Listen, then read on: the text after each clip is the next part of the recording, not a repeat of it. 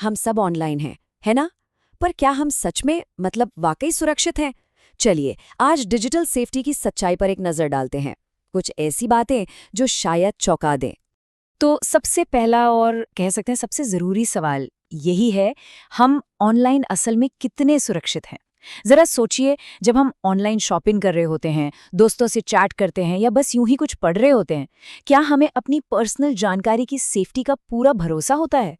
320 crore 3.2 billion, ये आंकड़ा सच में चौंकाने वाला है। सिर्फ पिछले साल ही इतने डेटा रिकॉर्ड्स चोरी हुए। मतलब ये इतनी बड़ी संख्या है कि इसे अनदेखा करना लगभग नामुमकिन है। और ये हमें सोचने पर मजबूर कर देता है ना? और यही आंकड़ा हमें एक बहुत ही जरूरी सवाल पर ले आता है। देखिए, हम में से ज्यादातर लोग ना एक तरह के कह सकते हैं भ्रम में जीते हैं।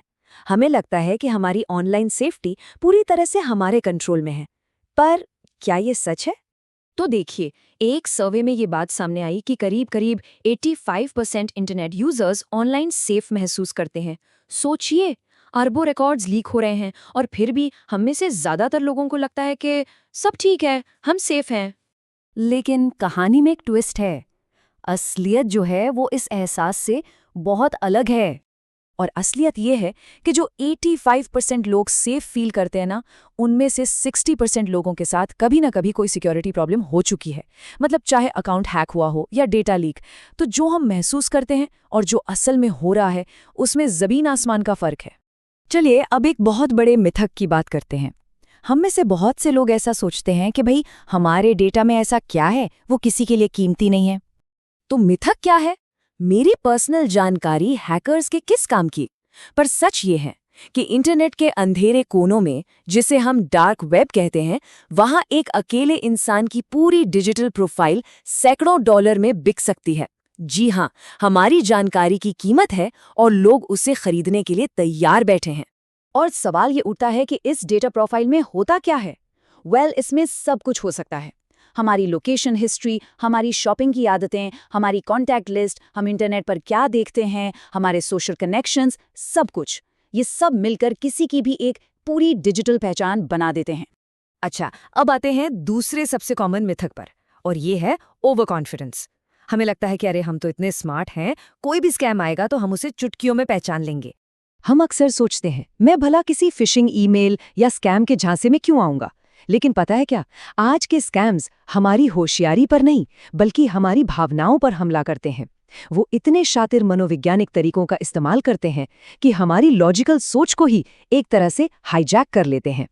जैसा कि एक साइबर सिक्योरिटी एक्सपर्ट ने बहुत सही कहा है, सबसे अच्छे स्कैम लालच को टारगेट नहीं करते, वो भरोसे, जल्दबाजी और डर को टारगेट करते हैं। और सच कहूं तो यही उनकी कामयाबी का सबसे बड़ा राज है। तो इन सब बातों का मतलब क्या है? निचोड़ क्या है? निचोड़ है एक डिजिटल रियलिटी चेक। मतलब अब वक्त आ गया है कि हम सिक्योरिटी के बारे में अपनी सोच को बदलें।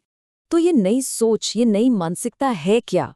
देखिए, सबसे पहला कदम है ये मानना कि हम कमज़ोर हैं, कोई भी शिकार हो सकता है, और ये मानना ही सेफ्टी की तरफ पहला कदम है।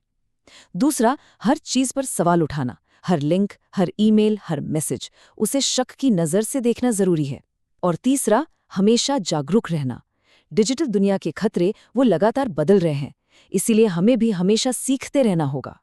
और एक सबसे ज़रूरी बात, ये कोई वन टाइम फिक्स नहीं है। ऐसा नहीं कि एक बार कुछ कर लिया और बस हो गया। नहीं, ये एक लगातार चलने वाला प्रोसेस है। ऑनलाइन सेफ रहने के लिए हमेशा अलर्ट और अवेयर रहना ही पड़ेगा। तो ये सारी बातें हमें एक आखिरी और शायद सबसे बड़े सवाल पर लाकर छोड़ देती हैं कि इस दुनिया में जहां हम हर पल कनेक्टेड हैं, सेफ होने का असली मतलब आखिर है क्या? इस पर सोचना वाकई बहुत जरूरी है।